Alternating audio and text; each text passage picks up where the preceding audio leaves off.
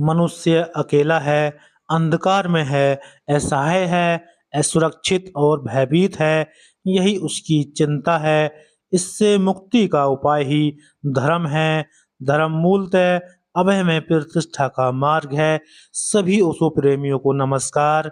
आपका स्वागत है। धर्म मूलतः अभय में प्रतिष्ठा का मार्ग है।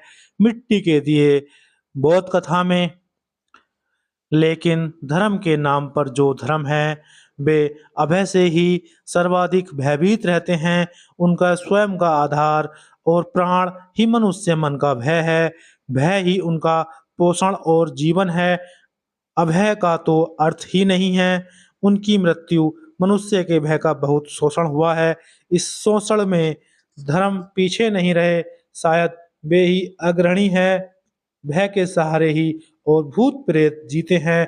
भय के सहारे ही धर्मों के भगवान भी भय के सहारे खड़े। भूत प्रेतों ने तो मनुष्य को डराया ही है। यह कार्य उनके मनोविनोद की क्रीड़ा से ज्यादा नहीं रहा। लेकिन भय के भगवानों ने तो मनुष्य को मार ही डाला है।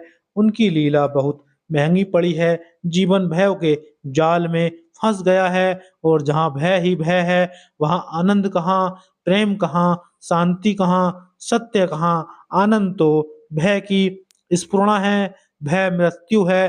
अभय अमृत है। भय पर भूत प्रेत जिए हैं। यह तो समझ में आता है। लेकिन भय पर ही भगवान का भी जीना बहुत अशोभन है। और तो भय के भूत प्रेतों से मुक्ति का कोई उपाय नहीं है। मैं कहता हूँ भगवान का भय से कोई संबंध नहीं है। निश्चय ही भगवान की आड़ में इस भय का शोषण कोई और ही कर रहा है। धर्म धार्मिकों के आधार हाथ में नहीं है। कहते हैं कि जब भी सत्य का कोई आविष्कार होता है तो शैतान सबसे पहले उस पर कब्जा कर लेता है। धर्म का आविष्कार जिन आत्माओं में होता है और धर्म का व्यवसाय जो करते हैं उनमें भिन्नता ही नहीं, आधारभूत विरोध है। धर्म सदा से ही स्वयं के शत्रुओं के हाथ में है। यदि इस तथ्य को समझ रहते नहीं समझा गया तो मनुष्य का भविष्य सुंदर और स्वागत योग्य नहीं हो सकता। धर्म को अधार्मिकों से नहीं तथाकथित धार्मिकों से ही बचाना है। और निश्चय ही यह कार्य ज्यादा कठिन और कष्टसाध्य है। धर्म जब तक भय पर आधारित है तब तक वह वस्तुतः धर्म नहीं बन सकता। परमात्मा का आधार प्रेम है, भय के भगवान नहीं। मनुष्य को प्रेम के परमात्मा की आवश्यकता है। प्रेम के अतिरिक्त परमात्मा का और कोई पथ नहीं है। भय तो न केवल गलत है बल्कि घातक है। क्योंकि जहाँ भय है वहाँ घृणा है। जहाँ भय है वहाँ प्रेम असंभव है। धर्म ने भय पर ही जाना चाहा। इसलिए ही उसका मंदिर धीरे धीरे खंडर होता गया। मंदिर तो प्रेम के होते हैं। भय के मंदिर तो असंभव हैं। भय के मंदिर नहीं कारागृह ही होते हैं और हो सकते हैं। मैं पूछता हूँ क्या धर्मों के मंदिर मंदिर हैं या कारागृह हैं? ये धर्म यदि भय है तो मंदिर कारागृह होंगे ही। धर्म यदि भय है तो स्वयं परमात्मा भी कारागृहों के परम अधिकारी से ज्यादा कैसे हो सकता है? धर्म क्या है? भय क्या है? पाप का, दंड का, नरक का या फिर प्रलोभन, पुण्य का, पुरस्कार का, स्वर्ग का? नहीं, न धर्म भय है न प्रलोभन। प्रलोभन तो भय का ही विस्तार है। धर्म है अभय। धर्म है समस्त भयों से मुक्ति। एक पुरानी घटना है। किसी नगरी में दो भाई रहते थे। उस नगरी में सर्वाधिक धन उन्हीं के पास था। शायद नगरी का नाम था अंधेर नगरी। बड़ा भाई बड़ा धार्मिक था। रोज नियमित मंदिर जाता था, दान पुण्य करता था, कथा वार्ता सुनता था, साधु संतों का सत्संग करता था। उसके कारण भवन में प्रतिदिन ही महात्माओं की भीड़ जुटी रहती थी। इस लोक में साधु संतों की सेवा से वह परलोक में स्वर्ग का अधिकारी बन गया था। ऐसा वे साधु संत ही उसे समझाते थे। शास्त्रों में भी ऐसा ही लिखा है। क्योंकि वे शास्त्र भी उन्हीं साधु संतों के गिरोह ने बनाए हैं। वह एक ओर धन का शोषण करता था और दूसरी ओर दान पुण्य करता था। दान पुण्य के बिना स्वर्ग नहीं है। धन के बिना दान पुण्य नहीं है। शोषण के बिना धन नहीं है। अधर्म से धन होता है और फिर धन से धर्म होता है। वह दूसरों का शोषण करता था। साधु संत उसका शोषण करते थे।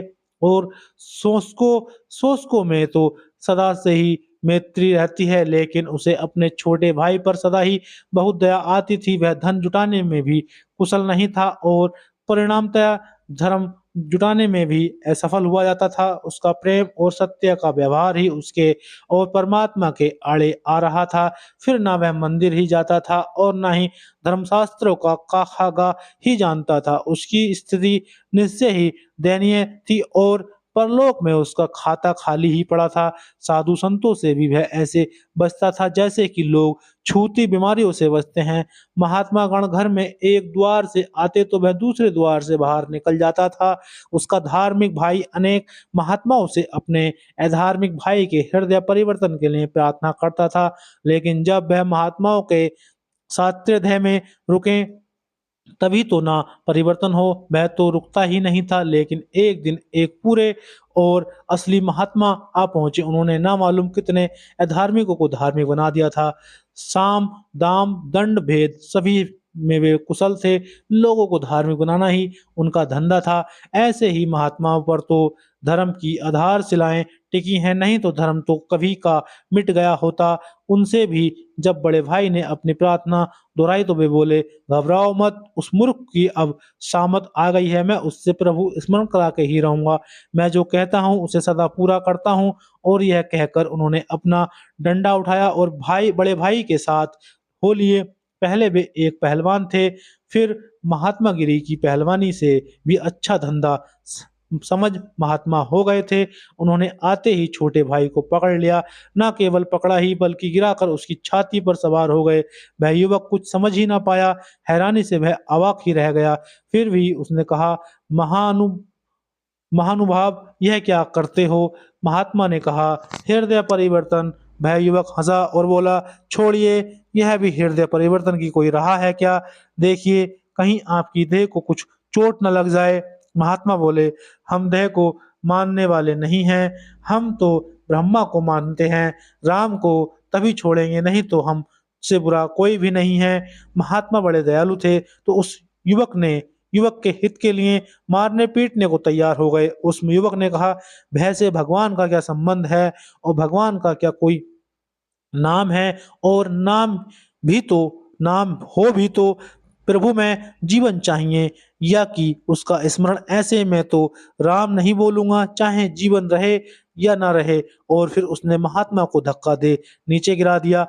गिर गए। महात्मा बोले, वाह वाह, बोल दिया, मैं राम नहीं बोलूंगा, यह भी राम बोलना ही है। उसका भाई महात्मा के गिराए जाने से छोटे भाई पर बहुत नाराज हुआ, लेकिन महात्मा से वह बहुत प्रसन्न था। नास्तिक भाई से उसने प्रभु स्मरण को करा दिया था। राम नाम की महिमा तो अपार है, उसे तो एक बार भूल से बोलने से भी मनुष्य भवसागर से तर जाता है। उस दिन उसने नगर भोज दिया। उसका छोटा भाई धार्मिक हो गया था। तो दोस्तों, यह थी धर्म मूलतः अभय की प्रतिष्ठा का मार्ग बोध कथा 5 मिट्टी के दिए किताब से ली गई ओशो द्वारा। और अगली जो आपके सामने बोध कथा लेकर के आऊंगा वो है, मनुष्य जैसा छोटा होता है वैसा ही उसका धर्म होता है। जब तक के लिए धन्यवाद। Thank you.